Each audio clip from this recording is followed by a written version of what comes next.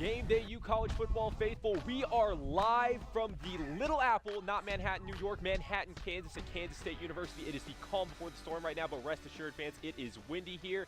And though it might be sunny, clear, and empty right there right now behind this Bill Snyder Stadium, it will be a rowdy mess today whenever OU takes on Kansas State. Guys, we just made the drive last night. We've been up since 4 in the morning. How's everybody doing? I'm feeling good. You know, I thought this morning that we would be kind of tired because we woke up at 4 a.m., but I'm feeling good, ready to get this college football day started. Yeah, the idea of waking up at 4, but it's college football. Yeah. You know, you can't not get excited about a day of college football, but it's gonna be a good Big 12 matchup between the Sooners and Wildcats later on today. Yeah, although we did wake up at 4, we went to sleep around 9:30, so I think that's what helped us. Usually we've been going to sleep around midnight, so I think that's what helped. No, they couldn't. But your Penguins did, so that's a good thing. My Penguins won, so it was a good night. But today's all about football, and it's all about the Sooners versus K-State for us here, and so I think it's going to be a big game, but it's also going to be pretty bad weather during the game as well, so that's going to play a factor. Yeah, that's going to be a key factor. It's nice right now. We can see the sun. It is the sunrise, as a matter of fact, but it should be raining throughout the entire game, so maybe there might be a delay, maybe not. Stick with us. We'll tell you more about that. But, guys, last week's college football, it was OU Texas for us, and we got to see plenty of other games, but not a single game featuring 2 ranked opponents, but yet there were 7 upsets. What is your take on that? What was the big game that stood out to you that week, Carson? I think, obviously, you know, you mentioned 7, you know, Clemson-Syracuse, I think, stands out to me the most just because, you know, everybody was saying it's Alabama, Clemson, and then the rest of the field. Well, we saw Clemson, you know, they were vulnerable on last Saturday, and we saw what can happen week in and week out if you're not prepared to play. Clemson did lose Kelly Bryant, so that was you know, part of it, but still, they were a, what, 28-point favorite? Yeah. So they have better athletes than Clemson, even without Kelly Bryant, and I think that they shouldn't have been in that position. Obviously, we saw that a couple weeks ago in Norman against Iowa State, but any given Saturday, anybody could beat anybody else. Well, even with Kelly Bryant, they never had the lead in that game, and so they even started out off on the wrong foot. Exactly. So even with your starting quarterback, you weren't playing to the best of your abilities. I think for me it has to be the 2 games from the state of Washington, the state that I'm from. I know these 2 teams very well. To both go, I mean, this was the hope for the Pac-12 this year, Washington and Washington State. And for Washington State to completely lay an egg against Cal, get torched by Cal actually, and then Washington to lose against Arizona State at Arizona State, that was a bigger shocker to me, losing to Arizona State, than anything. I think that Washington State and Washington, that Apple Cup was really going to decide which team could have a chance at a playoff. Washington was a team last year who made the playoff, and they were a pick to be a favorite to do the same thing again with Browning. Where has he been? I don't know. I mean, he was a Heisman hopeful last year, and you haven't heard about him. I mean, if you don't live in that state, who knows if he's even the quarterback anymore. But, I mean, to have both of your top teams in the Pac-12 go down in the same state on the same weekend was just killer. And we'll talk about it later in the show, but that might have been the dagger for the Pac-12. And I think the most shocking thing about both of those losses combined was both of those teams are explosive offenses. Combined, they had 10 points. Combined. But Washington State 3. Let's be a little clear, though, when we're talking about 7. Washington State and their football. There were a lot of plays. It's inexcusable. Scoring 3 points is inexcusable. Yes. But if you saw the game, it was literally video game plays, video game highlights. Some of the interceptions, some of the touchdowns that Cal was scoring, it was just insane to watch that. But the second play of the offensive drive for Washington State was a bad pass by Fall. So I just think Washington State was not ready. Oh, he had 5 interceptions. So I think Big Ben. Yeah. I wasn't going to refer to it. I was about to, but I was like, no, I'm going to. He did it. It's only been 2 weeks since Big Ben threw 5 interceptions. It's still. I know. I wasn't going to say it. I was going to let it go. Just taking notes, right? I think the one that stood out to me most was LSU taking down Auburn. I thought Auburn was on the right track, and they just looked so much better than LSU, and that's not saying much. LSU because was kind of falling off the rails. Exactly. You know, like Coach O was kind of fighting for his job. That's why it's such a big deal to me, because LSU hadn't been playing well. They hadn't been up to par. They hadn't been the type of team. Not only offensively, we expect them to struggle offensively, but defensively, they have been playing pretty bad. And to go in and beat Auburn, I think is a really big deal for the LSU program. And not only upsets last week, as a matter of fact, 7 other teams in the top 25 only won their game by 1 possession. We won't get into that, but It was a very surprisingly close week for college football last week. And this week, there are some better games on the slate. So I want to know, this week, do you see any more potential upsets happening? I'm going to go the primetime game tonight. I'm going to go. Really? I think Michigan upsets Penn State. And we're going to dive into this next segment. One. But Fair. Penn State has yet to play anybody worth noting. And they should have lost against Iowa. Yeah. And today is their toughest test against a stout defense, the #1 defense in the country. And Saquon Barkley has been so hyped, and today he's finally gonna. I think something is gonna give, obviously, and I think that's Sam Darnold of the Big Ten. I think so. I mean, don't get me wrong. I think he's good, and I think I said this, 2 weeks ago. But I think Saquon Barkley is a little bit overrated. Yeah. And we'll get into that later. But that's gonna be my upset pick today.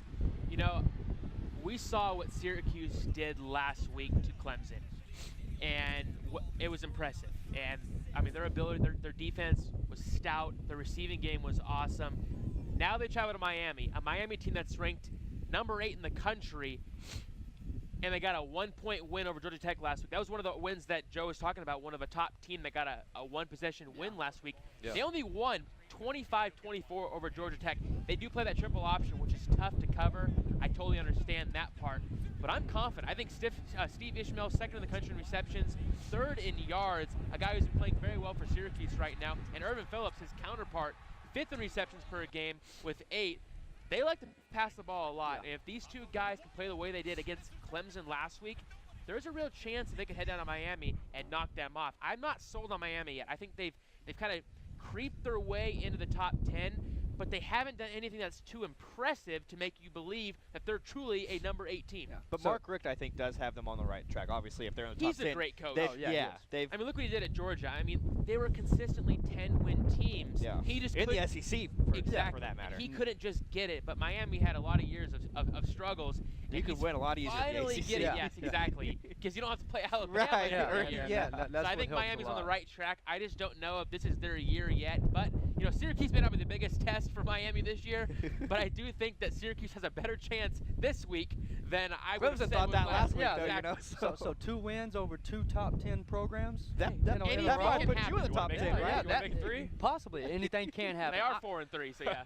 I'm going to go with North Carolina and the Tar Heels going down and beating Virginia Tech. They have one win, right? You know what? I just see this. Reagan's You're been not talking picking about Texas a over lot. Oklahoma State? I'm picking. Hold up. Give me a second.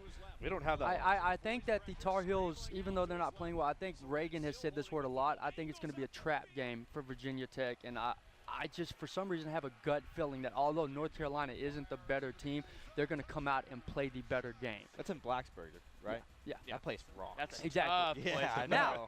on the other side, I do have one more. I do think Texas is going to take down the Cowboys. Homer. So I'm just saying. I Okay, think Texas. who gave him 2 choices? Yeah, what the heck? You know what? I was just going to mention it. It wasn't my main choice. I was just going to mention it. That's all I'm saying. That way, if one is wrong, he can still be yeah, right. that's true. I'm picking all the upsets today. Everybody gets upset. That's fine.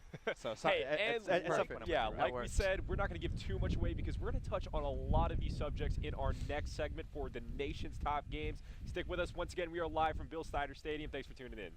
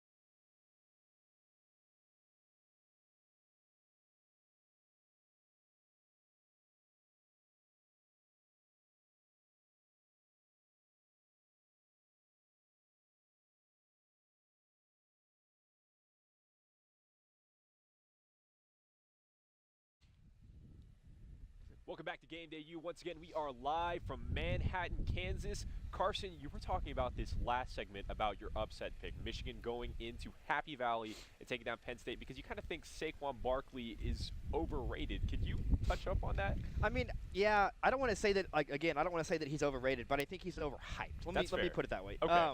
And he's been praised by everyone so far this season. And he has just 2 100 rushing yard games on the season. Against who? Against poor competition, might I add. And his last 2 years against Michigan, 15 carries for 59 yards, and then as a freshman, only 68 yards. So he historically has been bad against Michigan's defense, which most people usually are. But if he is the Heisman contender or the Heisman front runner that everyone says he is, I want to see him, be that kind of guy today. And I think Michigan's defense is going to focus all their energy on him. They're going to try to load the box and try to stop him. And Penn State's going to have to find a way to try to beat them in a different way, I think, because I think they're going to lock down the run game. They're going to lock down Saquon Barkley. So it's going to fall on Trace McSorley to try to find other ways to get guys involved. And I just don't see that happening. I think Trace McSorley is a good quarterback, but I don't think he has the ability to beat Michigan's defense kind of on his own. Look, this game, the storyline is not Saquon Barkley. It's not a matter of offense. We know Michigan does not have a quarterback. They haven't had a quarterback in a long time. They don't score a lot of points. Last year, they beat Penn State and Ann Arbor 49-10. Penn State's been 15-1 since. Again, not the storyline. The storyline is the defense. Penn State is giving up 9 points per game, best in the country. Michigan's defense is giving up 223 yards of total offense. That's first in the country. You're looking at two of the best defenses, probably the two best defenses in all of the country going at it today. I think that's the key. I think it's going to be one of those games. It's a low-scoring game. I'll tell you what, playing in Happy Valley in a whiteout, it's going to be tough for Michigan to come in there if John O'Korn's a starter to try to put up points against this Penn State defense. We know Michigan struggles to score the ball on offense. It's going to come down to what can the defense do for them. If they can keep Penn State to a low score, I think Michigan has a chance. But playing there is tough, and I think Trace McSorley is going to be kind of the factor for the offense for Penn State today. I think he's going to be the guy. Saquon Barkley is not going to have the day that I think a lot of people are wanting him to. I think he's going to be shut down, and that's you got to rely on Trace McSorley and his arm. Look, the best way to beat a top defense is to have a really good balanced offense. And I think when you have the combination of McSorley and Saquon Barkley, you have that ability. So if the play calling is right, they have a really good chance to win this ball game. You mentioned it yourself. They're playing at Penn State. If they're playing at Michigan, I'd give Michigan a chance, but I just don't think Michigan is going to be able to hold. Their defense is incredible, but how long can they hold them off? We've seen defenses who are amazing, but when you don't have a good offense or an offense that can get the ball in the end zone, you struggle. And towards the latter half of the game, it's going to be difficult for Michigan if they can't get the ball even close to the end zone. And so with that being said, the one thing they have going for them offensively is their run game. Karan Higdon had a big game last week. He had 200 rushing yards. They have to give him the ball. They have to keep the ball on the ground. If they want to have any chance, keep the ball out of Penn State's hands offensively. If you can do that and keep the ball on the ground and keep the ball moving forward, you have a chance. But it's going to be difficult for Michigan to get anything going. Like you said, they have these are two top defenses in the country. Right. So with Michigan struggled against Michigan State offensively and defensively, and Penn State's a lot better than both. And Michigan's coming off a tough game last week against Indiana, where they gave up 200 rushing yards and 3 touchdowns. Had to use and OT. Now they're facing Saquon Barkley, yeah. and so that'll be interesting to see if that repeats this week and some of those issues kind of seep over into this week. But if they can shut down, I think, Saquon Barkley, Michigan does have a chance, but they've shown some weaknesses on their defense. And Saquon's got to be himself. He can't because like you mentioned, like 2 weeks ago, when he had negative rushing yards at some point. And he can't have he hasn't, like you mentioned, he hasn't had a 100-yard rush game against Michigan. He has to be himself. He can't try to force it, because the moment he tries to force it, that's when mistakes happen. I think the biggest place that Saquon Barkley can help this team and where he's going to succeed the most today is going to be through the screen game. It's got to be through the screen game.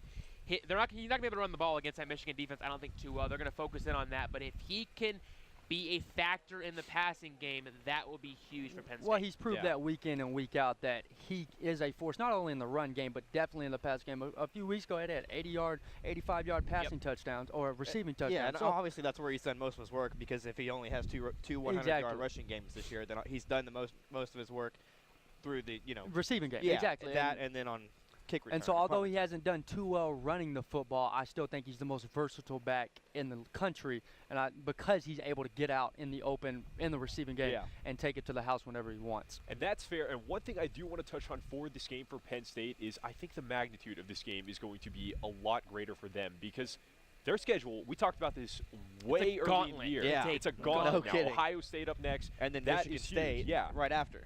These teams Both are on the no road. jokes. Like if they lose this game, it's going to be an uphill climb the entire season, and well, more than it already is. So yeah, we'll keep going from there. The next game on our slate, USC at Notre Dame. Reagan, lead us off. Well, first of all, this is the first time these two teams have played in the top 25 since '09. Kind of impressive. A team. I mean, this is a historic rivalry. But you look at you look at USC right now, a team who just came off that loss to Washington State, the upset. I mean, for them, and then a 1-point win last week against Utah. A game they did not play. I mean, they did not deserve to win that football game. They had to come back. They had to come back. Utah was up quite a bit in that game, and they came back in late in the game to win that by 1 point. The thing about USC is they are not the passing attack with Sam Darnold that we all, not we, but a lot of the country thought was going to happen. He has 9 interceptions this year. He has not been very efficient. The story actually has been USC's defense. I mean, USC has not put up a lot of points on offense, but their ability to stop teams on defense has been the most impressive part, only giving up 40% touchdowns in the red zone. That's a key part. Had a great game against Utah last week and Washington State, for that matter, two teams that can score a lot of points. This game is going to come down to USC's defense. I think Notre Dame, who would have thought they'd be even in the hunt this year? Yeah, I mean, at 5-1. Brian Kelly fighting for his job this year. He is. Last year we were wondering when he was going to get fired, and this year we're like, wow, they actually have a chance. Wimbush is playing phenomenal right now. He's a key factor for this offense. I'm a little nervous if I'm a USC fan, depending on this defense, because like you said, their offense hasn't done their job. And in the beginning of the season, the defense wasn't doing their job either. They struggled the first couple of games. So USC's got to find something, because Sam Darnold, we all believe that he was somewhat overrated. Now, after watching him play, I think he's completely overrated, because he just has not been a Heisman contender, but somehow still people believe he's going to be a top first-round draft pick. I don't see it. I think people need to get their eyes checked. But on Notre Dame's side, Wimbush has played exceptionally well. I don't think he played last week, if I'm not mistaken, but this Notre Dame offense nonetheless has been clicking on all cylinders. They have been able to run the ball, throw the ball, whatever they want to do to defenses has been what they've been doing. And so, but at the same time, although this game looks good on paper, like this is one of the games that you highlight going into whatever season, because these are two top programs of all time. I don't think it's going to be as big of a game. I don't think we're going to see as many fireworks as we would if they were the type of programs we know them for in the past. Right. To me, I think all signs point to Notre Dame winning this game. They're number 5 in the country in rushing offense. USC only number 61 in rushing defense, giving up just under 150 a game. And like you mentioned, I can't trust Sam Darnold.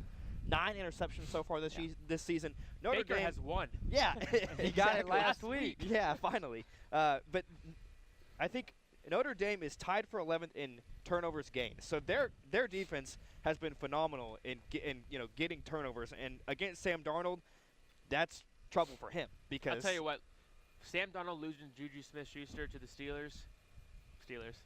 Had to bring it up. You had to. So we take a negative. He has to bring up a positive. Yeah, you're good. I think that was just key for him. I mean, losing his top guy in the receiving game. He was the guy he went to at the end of last season, and what made him even a Heisman in the Heisman talk.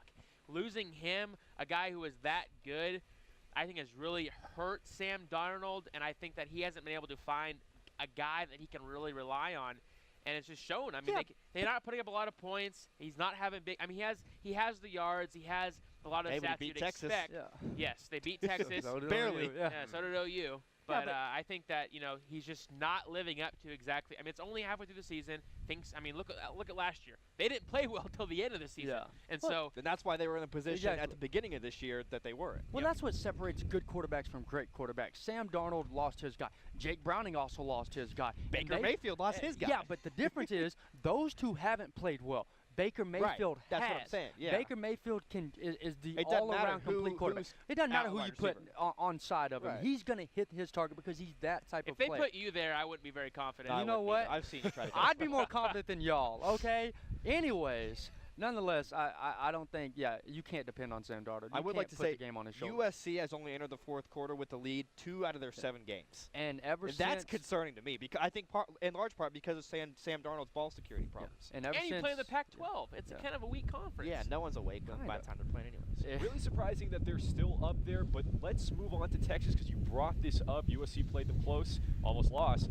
But for that matter, you said that you think that Texas is going to beat Oklahoma State. Granted, it is in Austin. It is an 11 o'clock kickoff. Yes. But why? You know what? Just because. Just you're a homer, just right? Because, no, I see this being a tough game for Oklahoma. I see this going one or two ways. Either Texas keeps it really close and they somehow find a way to win, or Oklahoma State comes out and Texas is just too dang tired from last week that they can't overcome that. And so that's how I see one of these ways playing. But I think Texas is a really good team. We saw them last week. Their defense played extremely well for the most part. Their offense didn't get it going till late in the second quarter, but once they did, they were able to put the ball in the end zone or through the uprights. And so I think with this defense, they can trust it. And I don't think that Oklahoma State has played exceptionally well ever since they entered Big 12 play. And they haven't faced a top defense yet in the Big 12. And I think Texas is one of those top defenses. I mean, from the linebacking core to the secondary, they're just impressive. And so with that being said, I'm very confident in Texas, and I see this possibly being a big upset for the Big 12. If you look at Oklahoma State, the only tough defense they've played is TCU, and they lost at home. I think we saw Texas play last week. We saw how good they can be. If there is one thing I can say about Texas after last week's game, Sam Ehlinger is the future of this football team. I think he's going to be a phenomenal he is going to be an excellent player. His ability and his will to try and to win. I mean, he happened to just be playing Oklahoma in one of his biggest games he's had so far, and just lost the lead at the very end. But I mean, they played a great game. He ran the ball well, threw the ball well. I think he's gonna be a great quarterback. I mean, Oklahoma State has all you want on offense. You have James Washington, probably a Blitnikoff finalist. You have Mason Rudolph, probably a Heisman finalist. Marcel Aitman also having a good year. All those guys are doing a great job. Top defense in the country. But you're going to Austin. Texas is going to be a little salty after last week's small loss. Those fans are rowdy. Oklahoma. Yeah. I think they're going to be playing as hard as they can to try and knock off Oklahoma State. And I agree with him. This was my pick, other than the Miami-Syracuse game. My pick was to see Texas beat Oklahoma State. I think it's going to happen. Mike Gundy said Texas, from top to bottom, is the most athletic team in this league, and he might be right. Well, that's usually how it is, though. Yeah, but it's always been what can they do with that? Yeah, lately they haven't been able to do anything with it. I think, like you mentioned, OSU does have everything that you want on offense. James Washington and Marcel Aitman are the only FBS duo since at least 1996 to post 4 consecutive games of at least 100 yards receiving. And so that tells you, I think, obviously they have the most dynamic and the deepest wide receiving core in the country. Paired with Mason Rudolph, one of the best quarterbacks in the country, that offense is electric. And if you look early last week, Texas had trouble stopping Oklahoma's offense. Yeah. And what we saw, and we're going to get into this later, OU took a step back after they took that 20-0 lead. OSU doesn't have that problem. They get out early and they generally stay ahead, except for that loss to TCU. So I think Texas might have trouble early with Oklahoma State, and then they might panic. I think because of OSU's high-powered offense, that's going to overpower Texas. Although you guys mentioned that they have a good defense, I just think OSU's offense is too much for them. And then just one thing about Texas, even some of the games that they easily should have won, they're not losing these games by large margins. No. Like, if you think about their entire season, USC, Oklahoma, even Maryland, these games are close. So one or two things go Texas's way, and we're talking about them being a ranked team right here. Yeah, so and like Reagan said, Ehlinger is the guy. Mm-hmm. But I remember one specific question of Tom Herman last week. What did you see from him? And he said, I saw the same thing I've seen all season. I've already seen what I need to see from this guy. So when your coach has confidence in the quarterback like that, then that builds confidence for the quarterback even more so. And I think he's going to come out and firing on all cylinders. To add to that, I read an article this week. This is the first time that all season Tom Herman has not been asked at his Monday press conference who his starting quarterback's going to be. I think it's clear now. I think it's pretty clear. Going into last week, he was like, "Oh, I'm not going to say it." Everybody knows. Yeah. That's got to be. Shane Michelle hasn't been worth a lick this year. Yeah, he said even if he is healthy, he's still got to earn his spot back. And I mean, the way Ellinger's playing, why would you want him to? And that's huge for Ellinger. I mean, for your coach to not have to answer that question, and for him to just know as a true freshman, and your coach has confidence in you, you can play so much better. You're not under pressure or as much pressure as you would be if you're trying to fight for your job. I think it's clearly his job right now, and he will be the future of this Texas team. All right, one of the more underrated games of the week, and surprisingly the first game we've covered this entire season that was two Group of 5 teams. It is 5-1 Navy versus UCF in Annapolis. Carson, what do you expect from this game? I see a lot of running in this game. UCF's run defense That about sums it up. Big prediction. Yeah. And I think you guys are probably going to say about the same thing. But UCF's run defense has been outstanding. No one has hit the 200-yard mark against them this year. East Carolina ran for a season-high 187 last week or a couple weeks ago, I believe. And Navy hardly throws the ball. They average nearly 400 yards per game on the ground, leading the nation. So one of those is going to have to give, and it's going to be interesting to see which one it is. I think Navy's going to have the upper hand here just because they're so experienced at running the ball. Hey, you know what's one funny thing that I read about the service academies this week? It wasn't about how they play their styles, because we've seen it from all of them. It's a run-style offense. But the fact about them is they don't really commit penalties. I know that's like a really small thing, but I just think that's very fitting that a United States military academy, those teams just don't do anything new. So, yeah. Sorry, They're disciplined. Yeah, they're disciplined. Absolutely. I would hope they wouldn't commit that many penalties. It's fitting. There's not much more you can say about this game. I mean, it's clearly, Navy runs that style of offense where they literally do not pass the football whatsoever. I mean, UCF has one job, and that's to stop the run game. I think it's gotta be tough to be a quarterback for Navy.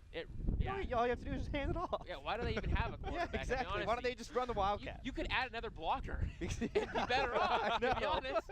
You could add another blocker in for their team and be even more efficient on the ground than you already are. But I think this game just comes down to Navy being able to run the ball.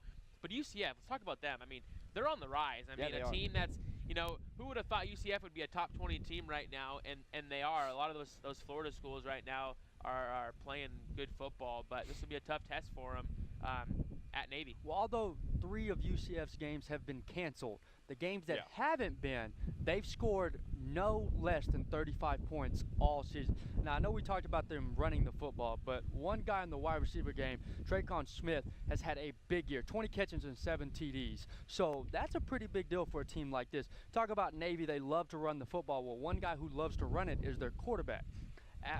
Zach Adams, he ran 37 times. He threw the ball 7.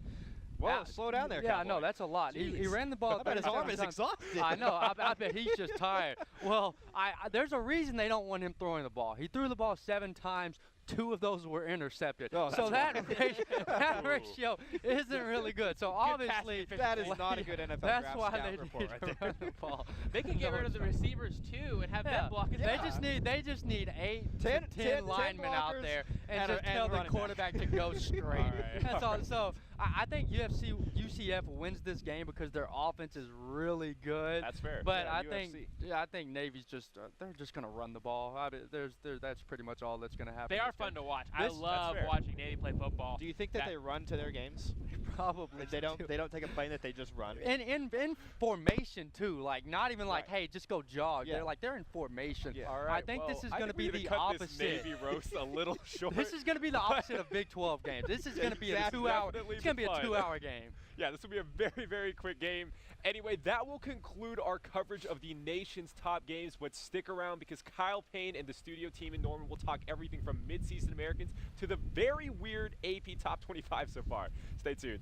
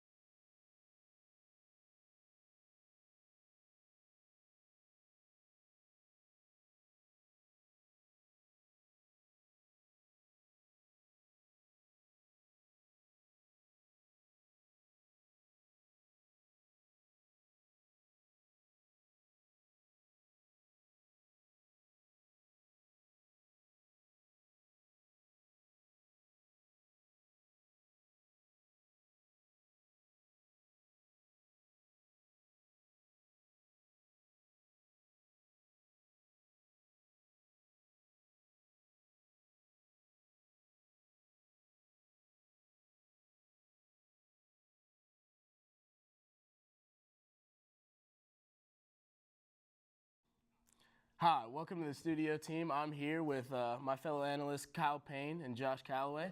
We're here to talk about college football and discuss the important topics of the day. So now, let's dive right into it, guys. We're kind of expecting a year of the quarterback going into the season. We saw Sam Darnold, Baker Mayfield's guys who were front-running the Heisman candidacy, but the running backs have taken over. What are you guys' thoughts? I think so far this season, it's definitely been the running back show.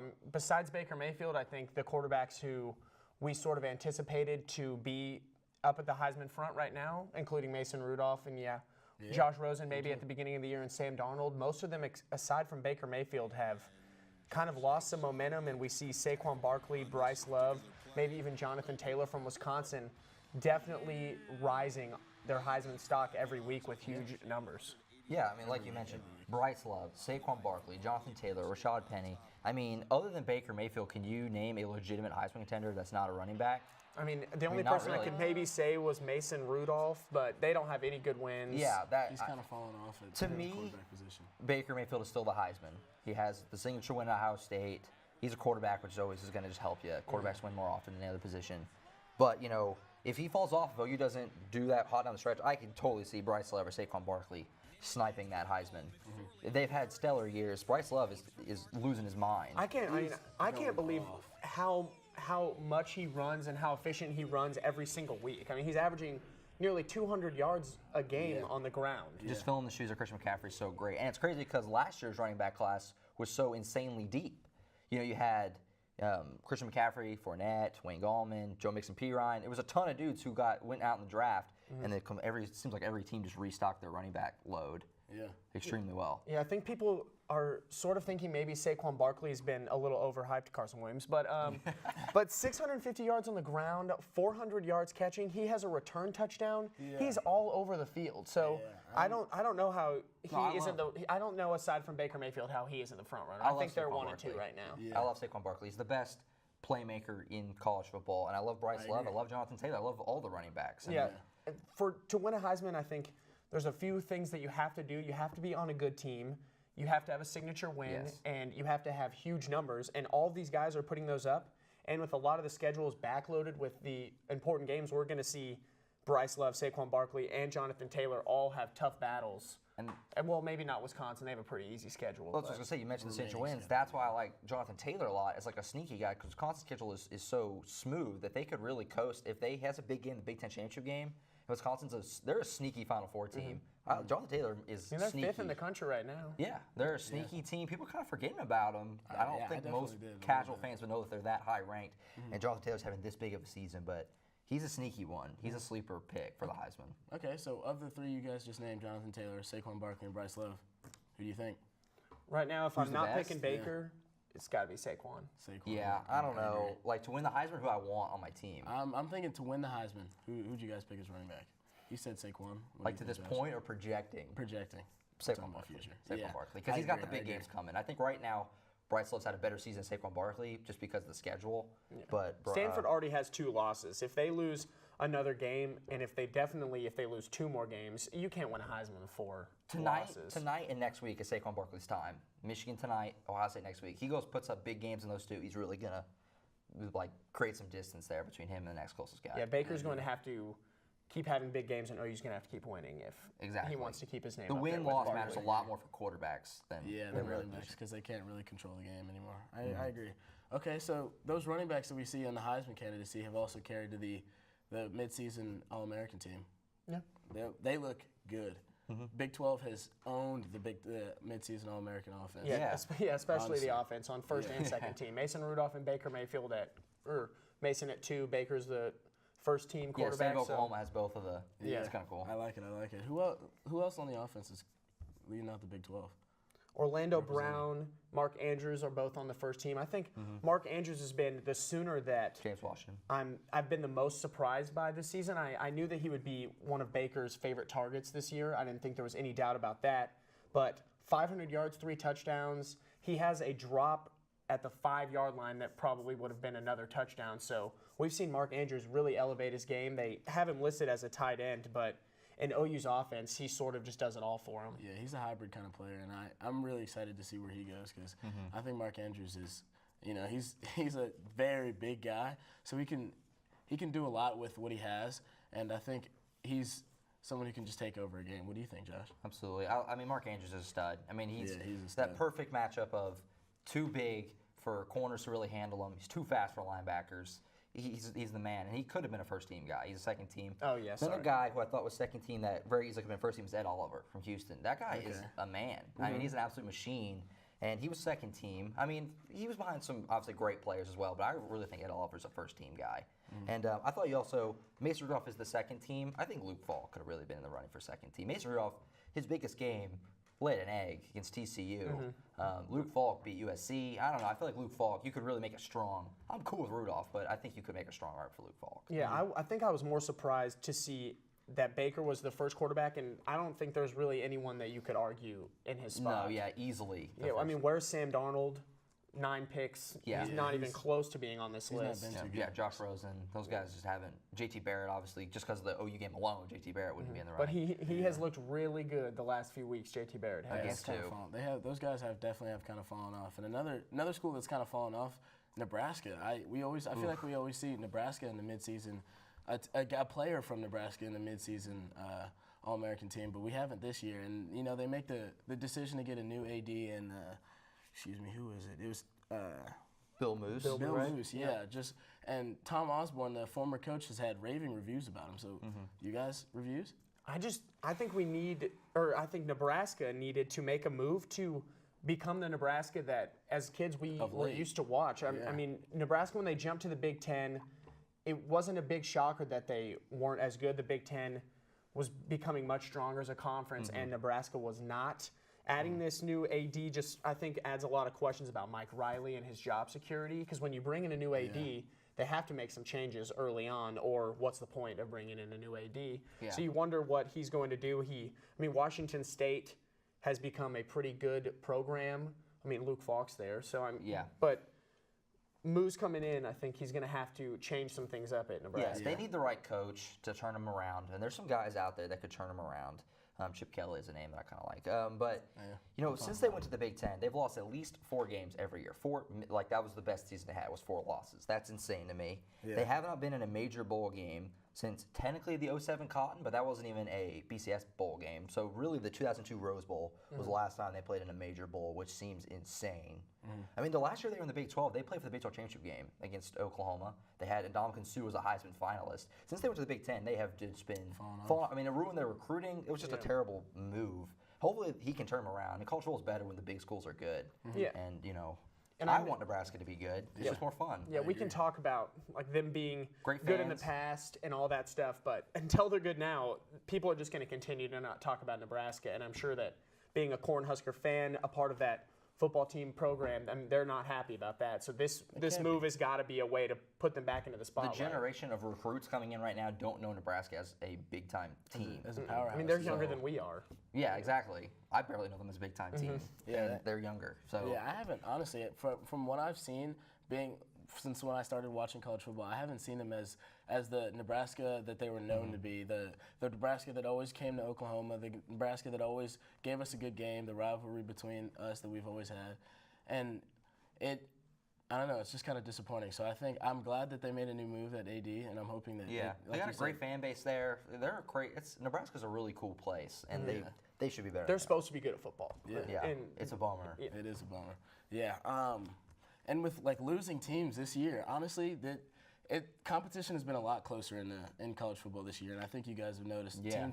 Big teams are falling down, losing games early, and falling down in the rankings. Does this mean competition's better, or is it just teams are worse? What's going on? Yeah, I mean, college football's always had a ton of parity, and it's going to get even crazier. Every single team, every single one in the top 10 has the potential to play another team in the top 10. You have Alabama, Georgia, OU, TCU, OU, OSU, Miami, Clemson, Penn State, Ohio State. Like, they're all going to play each other. So the top 10 is going to just get carnage. Yeah. So, I mean, it's going to be crazy. Those teams that are down, like, in the 20 range, they're going to be going up. This is going to be a crazy I like to get on ESPN and look at the rankings every week and watch how many teams moved. And this week, every single team except for Alabama moved in some way. Yeah. Teams coming off the non-ranked, teams moving down. Clemson losing, Washington and Washington State losing, and Auburn. Big I mean, losses, that just fluctuates it so much. It seems like every single conference took like the Big 12's model of like backloading the schedule. Like every conference did it. So like the last like October, November is just insanity. Are you guys excited? I mean, aren't you excited to be as a college football fan? Yeah, I mean, this is a crazy year. I listen to all those big games I just mentioned. Yeah, I definitely assumed Alabama would be there, but right now we're seeing a potential playoff of Georgia being in it, Penn State being in it, OU has a chance, and then teams like Notre Dame, who have a big test tonight against USC, they have a big test against Stanford later in the season, but being able to win games and just stay in the middle of the rankings and just not take any huge losses and drop huge, I mean, that's how you stay in it. And there are a ton of teams right now in the top, not even, like even further down than the top 5, top 10, top 15 that all have a chance to make the playoffs, and they pretty much control their own destiny. And that's what happens when teams keep losing, is that all you have to do is keep winning and you still have a chance. Yeah. No, whenever OU lost to Iowa State, a lot of people kind of wrote them off as like, you're crazy to do that. We still got a lot more season to so, go. even now, there's so I said much it, but left. just right after that game. Just frustration. Yeah. No, there's so up the much left. nerves. Teams that are, like I said, down, even unranked still, if they only have one loss, you could make it. It's insane. Make that case, definitely. Okay, well, but when we get back, we'll talk about bringing the Loca campus, the team on this school, OU. Stay with us.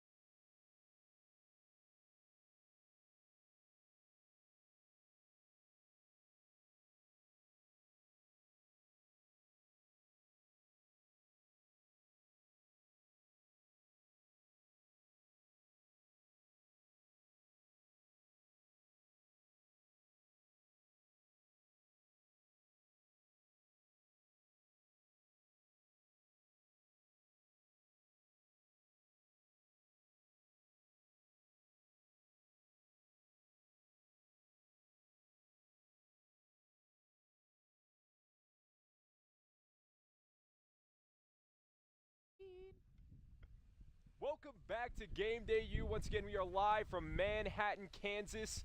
Guys, we were talking about this. It's been an interesting year. The last year we was talking about it's been an interesting AP Top 25. And we're going to play a little game because we have 4 hot takes and possibly 4 different answers from you guys. Maybe, maybe not. Anyway, so far, if we look at the top 5 in the AP polls, we have 3 conferences in the Power 5 represented. All right?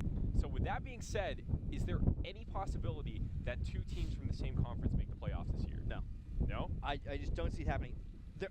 So already with the 4 spots in the Power 5, you already have one conference likely gets left out. Of course. Leaving out 2 Power 5 conferences, there would be an uproar. You know how like mad people would be about that?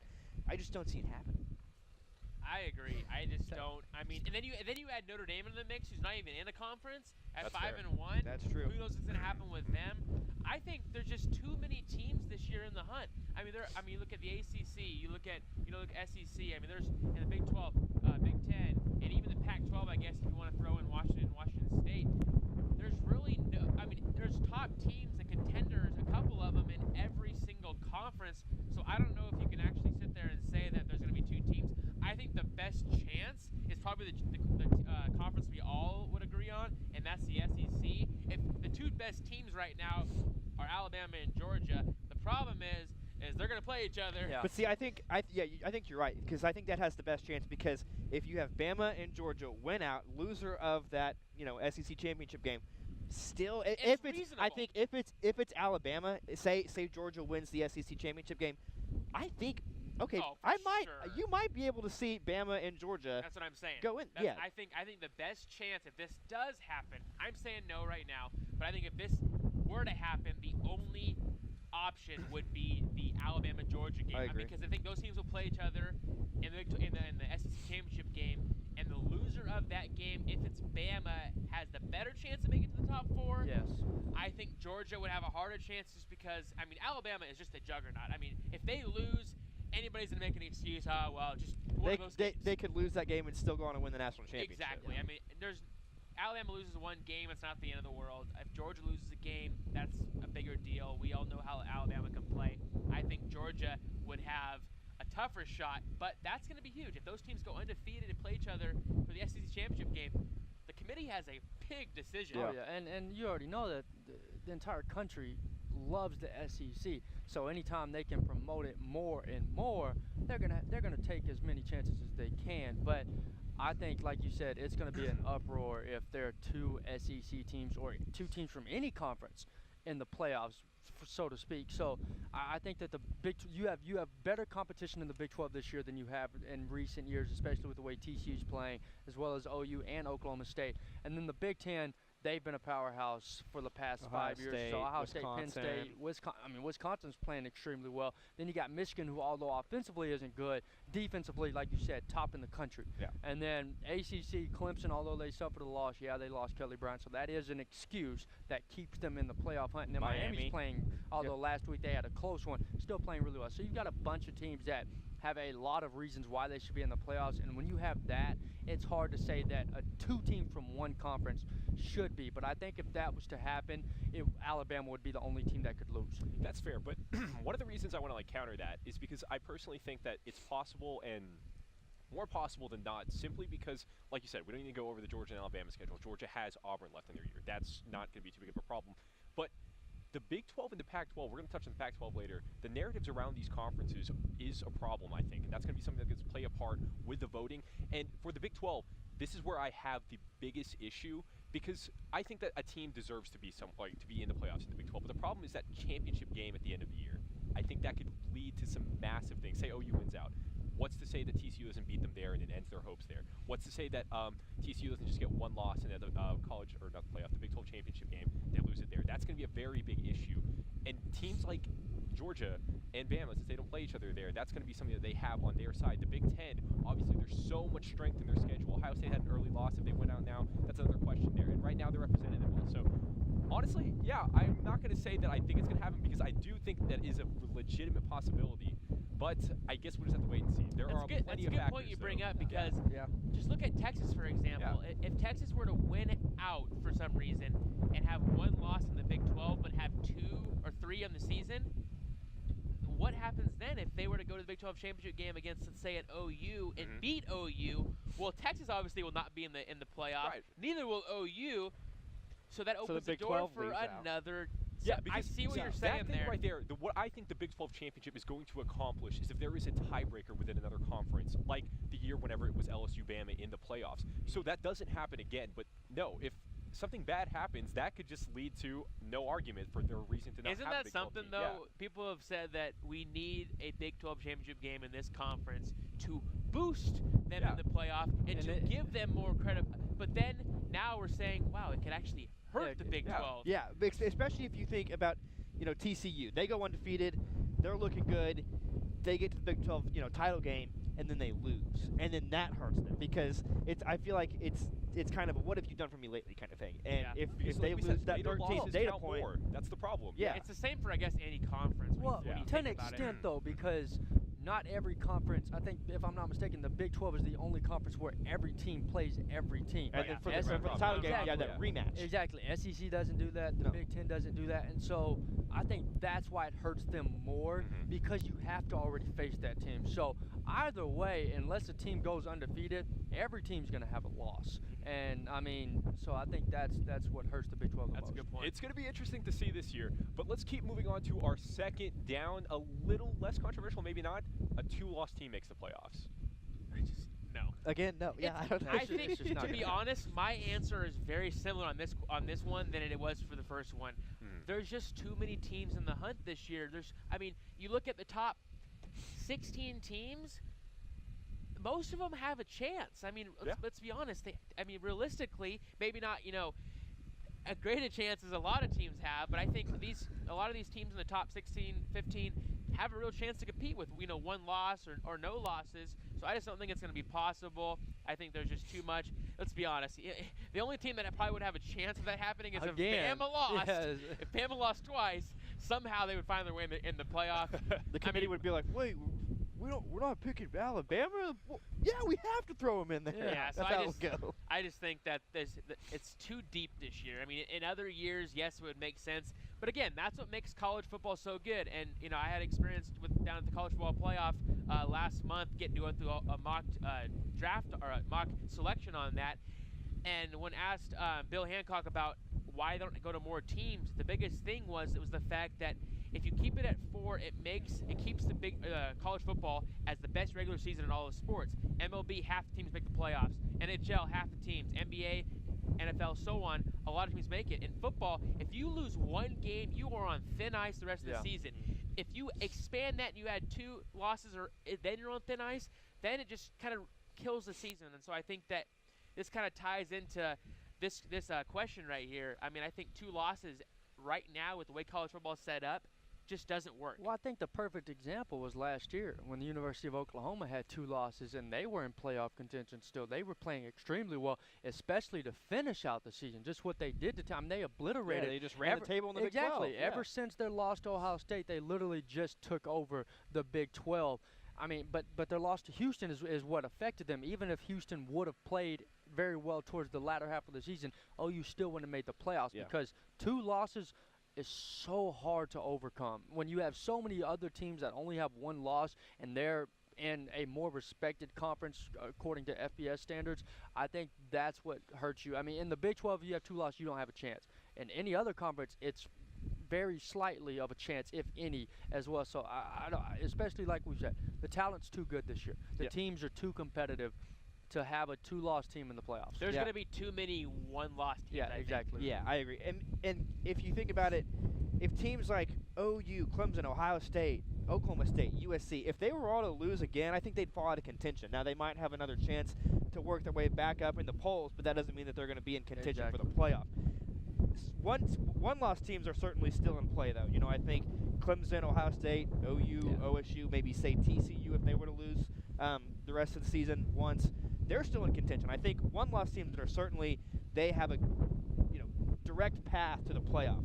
But 2-loss teams, I think that's just too much. It's just too much. The committee, once they look at resumes, they're going to say, oh, they beat this team.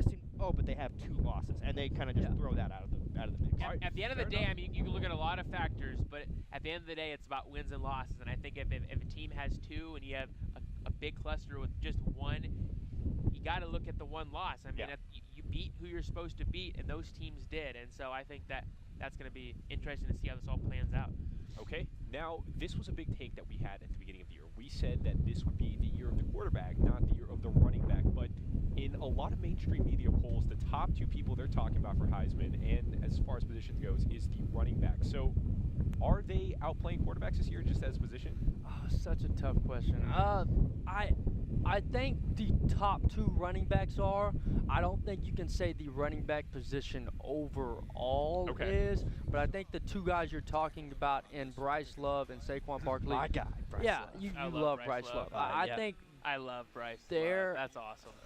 I've got a lot of love for the love. Yeah, there you go. I love and love. They're outplaying every quarterback. Maybe not Baker Mayfield, because Baker Mayfield, I think he's still underrated. People don't give him the credit he deserves throughout the country. The Big 12 certainly does, but I think, again, it has to go with the respect factor that the Big 12 is all offense, so of course he's going to have those statistics. Well, look what he did against Ohio State. Look what he did against Auburn last year. He always steps up. He plays well no matter where he's at. So I think he's a little underrated. But I think overall, I think the quarterbacks are still better. But I think the top 2 running backs are better than pretty much every other quarterback, with an exception of Baker. Yeah, I think it's more even than it's been, to be honest. I think, I mean, in recent years, a lot of quarterbacks. I mean, you had Lamar Jackson last year. You had Deshaun Watson, Baker Mayfield last year as well. This year, you kind of have Baker Mayfield and Mason Rudolph. Mason Rudolph's putting up over, I mean, their offense is putting up over 600 yards a game. And video game numbers. That's impressive. I mean, seriously, video game numbers.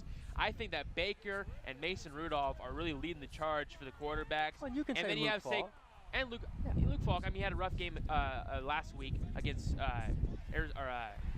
Cal.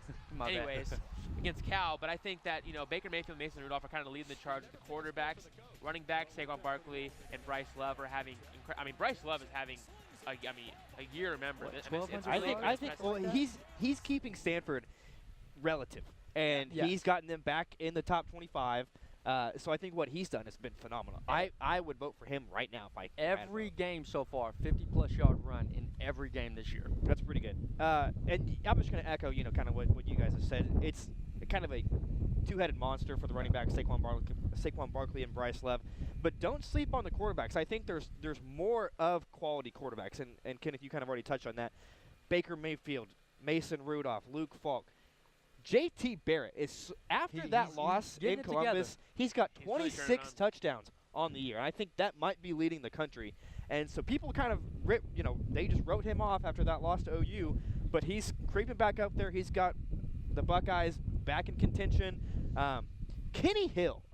No one's talking about Kenny Hill. He's got TCU playing phenomenal. And everybody knows about their defense. They're one of the top defenses in the country. But that offense with Kenny Hill has been outstanding. And he's like the spearhead of it all. And that was the question going into the season. Everybody was like, okay, how is Kenny Hill going to play? Well, last year it wasn't just Kenny Hill the one strike. It was his wide receivers. Yeah. They couldn't catch the ball. Well, now he's making better decisions, and his wide receivers are catching the ball. So they're playing really well to standard-wise, to TCU standards. And so there's a lot of quarterbacks that are – but don't forget Alabama's three-headed monster in the backfield because their running backs, the Monstars. Bo Scarborough is the third best running back on that team how now. do we not bring up I mean Jalen Hurts is playing like an Alabama quarterback. He's very disciplined, not making mistakes, but they've got 3 running backs. Usually you only have to deal with 1 or 2. They've got 3 that literally you put anybody in front of them, you're not just bringing them down behind the line of scrimmage. So exactly. Hey, fair enough. Okay, so last question, 4th down, just you need a yes or no answer. Is the Pac-12 the worst of the Power 5? I'm going to disagree with that. Looking at the rankings, you can make a case for the ACC. You have Clemson, Miami, Virginia Tech, and NC State all ranked. The ACC would be, because like I mentioned it earlier, Bama and Clemson, and then everybody else. But in the Pac-12, you've got USC, Washington State, Stanford all ranked. That's more than the ACC, but I still believe if Kelly Bryant's healthy, it's Clemson and then everybody else in the in the ACC, excuse me. So I would say the ACC might be the most. You're sticking to it. Okay. I'm saying yes. I've been saying this for years. Yeah, we know. I've lived in that region. He does not like the Pac-12. When they they're good against each other, but when they have to face other teams, we saw with Washington last year. I mean, Alabama's no easy task, but they kind of got torched. Oregon got their chance a couple of times and got beat. I just think that top to bottom, the Pac-12 is the weakest all around. I think the Pac-12, Washington State were kind of the 2 front runners, but for them to go and lose kind of really hurt the Pac-12 this year because now they both have 1 losses halfway through the season. UCLA hasn't. Josh Rosen hasn't panned out for UCLA like a lot of people thought he would. USC had a lot of hype coming into this year, and I think it's top to bottom. You have to say that they're probably the weakest. For me, it's yes and no. Okay, that doesn't help. It does help. And I'm going to explain it out. If you would let me explain it, okay? I think they are the weakest conference. But I think they are not the weakest But I think they're the most competitive conference. I think any team can beat any team in That's the a good- I see what Pac-12. you're saying. Yeah. Oh, now we understand. Okay, if y'all would let me elaborate. Anyways. If playing your conference Yeah, but I matters. mean- Well, the way you said it, you said yes and Well, no. I was That trying gives to. us a I was false- trying to a give false hope. extra Yeah. information there, but I think they're the weakest conference because if although y'all beat each other, then you're irrelevant. I mean, honestly, I'll- like, you could say like a Group of 5 Yeah. conference is competitive but not good. Al- So- although they're, exactly, and that's what I'm saying. Although they're the most competitive conference, it's like you have moderately good and moderately bad. Sure. You're not that far off of one another. Whereas like the ACC, you clearly know who the best is. The Big 12, you know who the best is, but sometimes they don't look like they're the best. Oklahoma, Iowa State, we all remember that game. And Hey, fair then enough. Big 10 so far, and then the SEC, we all know who the best is. Obviously, it's Georgia, It's all- yeah, right? obviously. Obviously, it's Alabama. Obviously, it's you put a lot of Arkansas. thought in this answer. I'm Yeah, I impressed. did. I know I did, but I think they're the most competitive, but I think they're the least. All right. Hey, I appreciate your important. excitement for that because I did not expect that from anyone. I thought this would just be a yes fest, but whatever. Yeah, look at- That's fine. we're all I'm different okay here. with that. That's good. Anyway, that will conclude 4 Downs and our national coverage, but don't go away just yet because that stadium behind us is going to be filled soon enough. And to begin that coverage, Kyle Payne and Christian Nunley will take it back in the studio. Thank you, guys.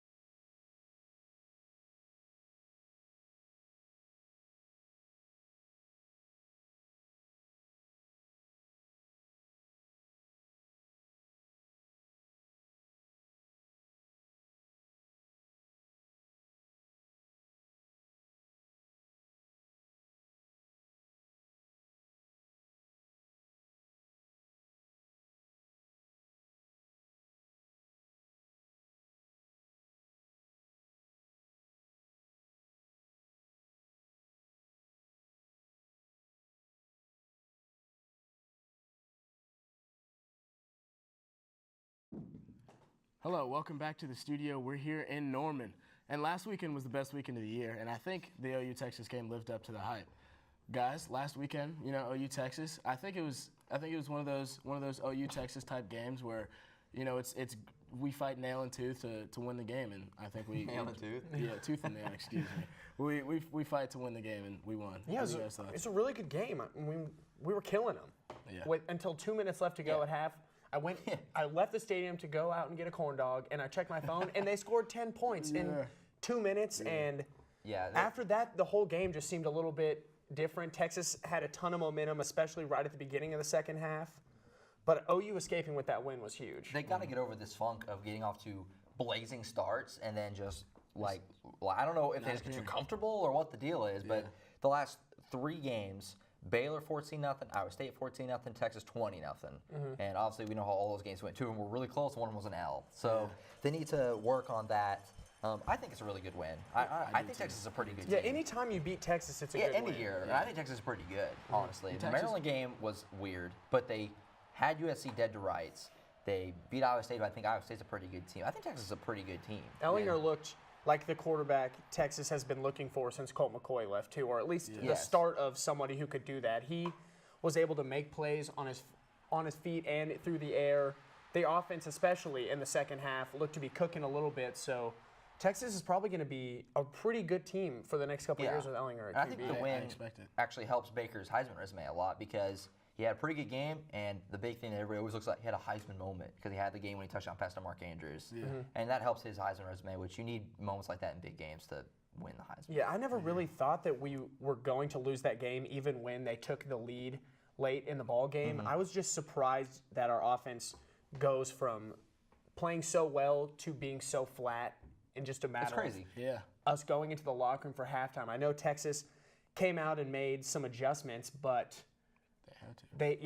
OU should have been able to replicate the first half. It didn't look like Texas was giving them any trouble at all. Texas has a really good defense, and early like you said, the first few drives were just easy flowing. A couple of key spots where they had to settle for field goals, where they really could have kind of done for the kill shot right there. I mean, you go up 21-28 nothing, you're probably gonna just coast the rest of the way. Settling for field goals gave Texas some life. They had that really long touchdown drive. Talking about the field goals and the whole special teams in general, though, Austin Seibert had his best game of the year for sure. Seibert played well. He's turning around. Yeah, it's fun to watch him be the kicker and the punter because it's sort of different than what other teams do, but he has the ability to make or break our special teams, and he put Texas in bad field position quite a few times. He had that punt, took the backspin and landed inside the 5. That was huge for the defense. And Seibert, I think now we sort of expect him to start playing better, making tougher field goals. I don't think we all have to be so worried about. I think hopefully not. I don't think we need to rely on him anymore. And I don't know. I think towards the game where we saw the change happen, I think we saw it in momentum. I think we can chuck it up to momentum. You know, we go up 17-0, we get a little happy, a little confident, expecting a blowout win, and then they come back. They make their halftime adjustments, and they show up they show up. And on defense, Deshaun Elliott, I think he's second team in the first team, on an All-American team or mid-season All-American. So I think their defense really stepped up in the second half, and and it made it really hard for us to move the ball. We couldn't get much going on the running game. Passing game was a little iffy. It was just yards were getting few and far between. So why do you think we're struggling to win, or OU struggling to win games in the Big 12? Man, it's pretty simple to me. It's the secondary is the weakest point of the team, and the Big 12 teams like to air it out. I mean, Baylor killed us, and I think that's going to really be an issue going forward. Oak State, TCU, the teams that just like to really stretch the field, Texas Tech. But, I mean, the teams that they played well against defensively, Ohio State, Texas, they played pretty well on defense the last week. It's teams that like to ground and pound and don't really air it out as much. And so that's going to be a big issue going forward. Is that going to help today? Kansas State, I think they'll be okay. I think they'll play okay against Kansas State. They don't, they're a little more like Texas's style of offense. I think Jesse Ertz is going to be, if he starts, he's going to be an issue running the ball. But, the defense is getting better, I guess. But the secondary is the issue. And the Big 12 teams love to pass the ball. So it's a recipe for disaster. Yeah, I think going forward, our secondary is going to be the biggest question mark for sure. It has been all season.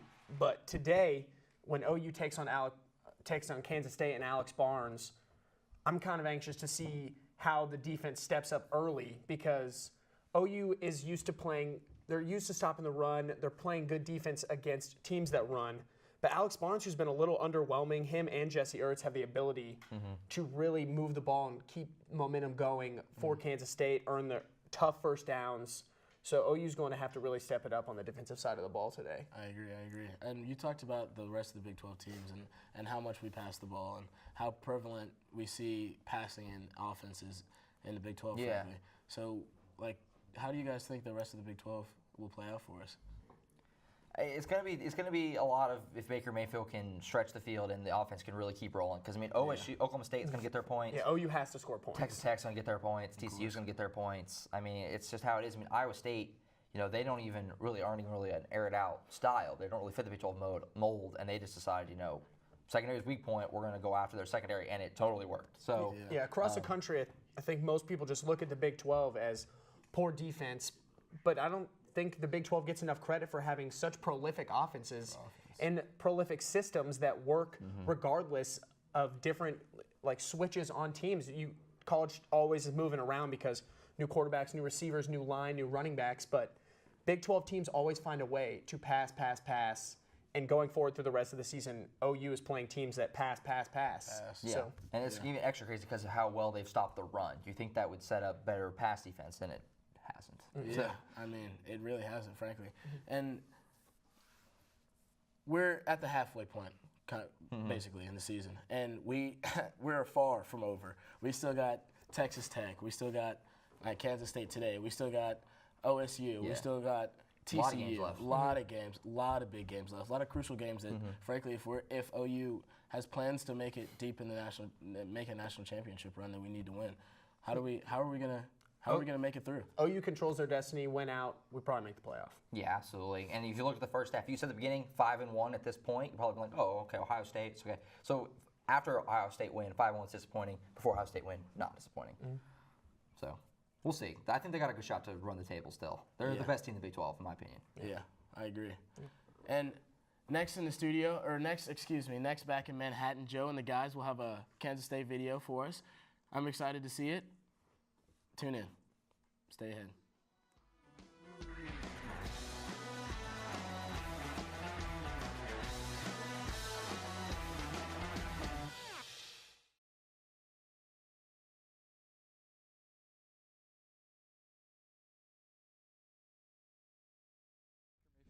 Kenneth Adair was hitting on the women not even 40 minutes into our trip.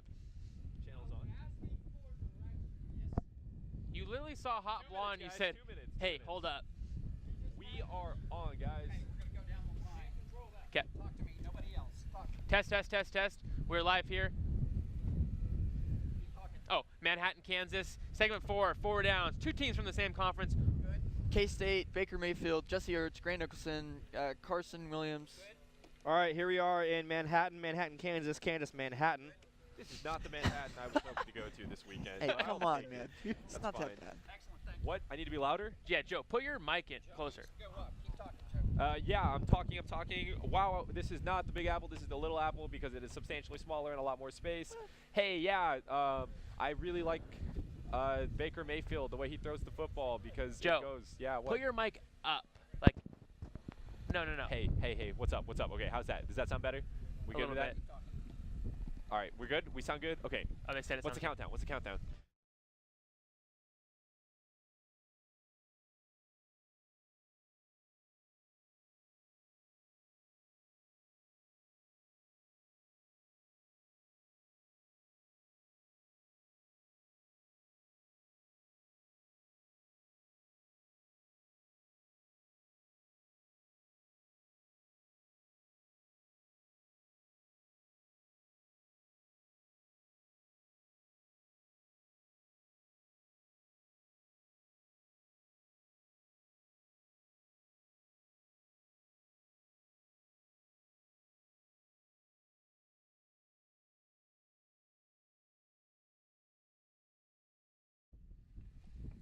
Welcome back to Game Day U. The sun has risen in Manhattan, Kansas, and joining us now is Grant Nicholson, the sports director for Kansas State Student Media. Grant, how are you? I got a question for you because the game that's about to be played over here, last time OU was here, they won 55-0, which was their last shutout. Do you think we'll see that again today? Hey, don't remind me, man. No, I don't think we're going to see that. Luckily for the Cats fans showing up today. But I do think it will be a little bit of a wider margin than most Wildcat fans will want in this game. I think OU comes in a much better shape than this K-State team currently. Why is that? Well, I just think with the injuries that we have, obviously the big question being whether or not Jesse Ertz will play. We're never going to know until kickoff, basically. You're not going to get anything out of the purple curtain, out from behind the purple curtain. My best guess is Jesse Ertz won't play, so then I'll have to go with an Alex Delton-type character who's not as comfortable throwing the football. So it's going to be difficult for the Wildcats from that perspective. And also defensively, it hasn't been a banner couple of weeks for the Cats. So a couple things going against them. I do think K-State will play better than they have in the past couple weeks against TCU and then Texas, but not great. Me and Reagan were talking about this on the car ride up here. One of the things we saw last week when OU was playing Texas, Obo had a phenomenal game because of the way that he could just eat through Texas's offensive line. But Reagan brought up the point that this is a very experienced offensive line. That might be a problem for the Sooners, so I just want to know what your thoughts on that would be. Going into the season, I would have agreed with both of you guys and said that this K-State offensive line would be a stalwart for this team, but it's been a struggle the last couple of weeks once we got into Big 12 play. Also, because of K-State's over-reliance on the running game with the quarterback read option, Jesse Ertz, Alex Dell, and those sort of guys, it's become much more difficult to keep the quarterback healthy and get the running game going. And I was actually talking about that's one of my major keys to this ball game, is making sure that they get the running game going, not only those quarterback read options, but getting Alex Barnes, a guy who's struggled this season, going 100% today. You know, Grant, we talked on your show yesterday when you had us on your radio show. Thanks again for having us on, about the state of this Kansas State team right now. You have Bill Snyder, who's been here for a long time. We just saw Bob Stoops go, and now the youth of Lincoln Riley is now in here. Where do you think Kansas State is right now? I mean, there's a lot of hype coming into this year, and they haven't lived up to, I guess a lot of you guys thought they would. What do you think? 100%. I think that there are sort of two broad camps for this K-State fan base. I think that there's a camp that says, hey, stick with what works. And the only time K-State's ever been successful in football is when they've had Bill Snyder as head coach. You know, he retires for 3 years, they get Ron Princeton, and it immediately goes poorly. And then there's another camp that says, well, Bill Snyder's almost 80 years old. I mean, it becomes difficult to run a football team effectively, and there's been those questions asked about Bill Snyder. How much is he really involved? Does he become more of a figurehead? I don't think that is the case necessarily, but it does become difficult. This isn't the same polished K-State teams that we saw in the late 90s, early 2000s. It's become a little bit softer. So I think moving forward, that definitely has to be a point of concern, is moving on from this head coaching regime.